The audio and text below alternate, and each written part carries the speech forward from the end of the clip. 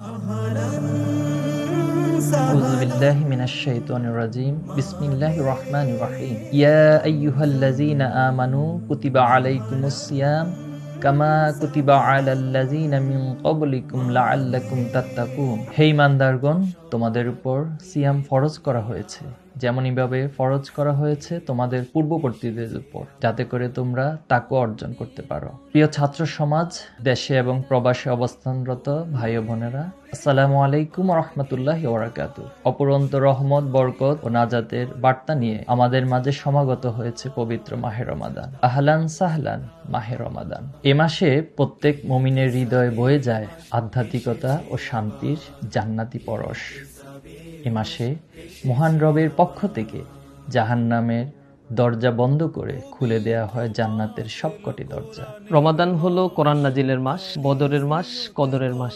রমাদান হলো নৈতিকতা ও আধ্যাত্মিকতার এক পবিত্র অনুভূতির নাম। রমাদান হলো তাকওয়ার শক্তি অর্জন ও নিজেকে আল্লাহর রঙে রঙিন করার এক সুবর্ণ সুযোগ। এই মাসে আল্লাহ রাব্বুল আলামিন আমাদের সকল গুনাহগাতাগুলো মাফ করে দেন। রাসূল করিম সাল্লাল্লাহু আলাইহি সাল্লাম বলেছেন, মান সামা রমাদানা ঈমানান ওয়া ইহতিসাবান গুফিরা লাহু মা তাকদ্দামা মিন যামবি। যে ব্যক্তি ঈমান এবং ইহতিসাবের সাথে পবিত্র মাহে রমজানের রোজা পালন করবে, আল্লাহ রাব্বুল আলামিন তার পূর্বের এবং পরের সকল গুনাহগাতা মাফ করে দিবেন। রমাদান হোক কোরআন তেলাওয়াত, গবেষণা এবং চর্চার মাস। আমরা নিজেরা বেশি বেশি করে কোরআন পড়ি এবং কোরআনের আলোকে নিজেদের এবং সমাজকে গড়ার চেষ্টা করি। প্রতিদিন একটি খেজুর হলেও আল্লাহ রাস্তায় দান করুন। বরকতময় রমাদানের প্রতিটি মুহূর্ত পরিকল্পিতভাবে অতিবাহিত করুন।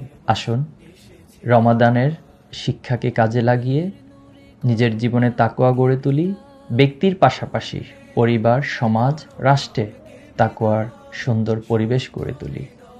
এবারের রমাদান হোক আমাদের জীবনের শ্রেষ্ঠ রমাদান। আমিন। আসসালামু আলাইকুম ওয়া রাহমাতুল্লাহি ওয়া বারাকাতুহু। এসেছে আবার।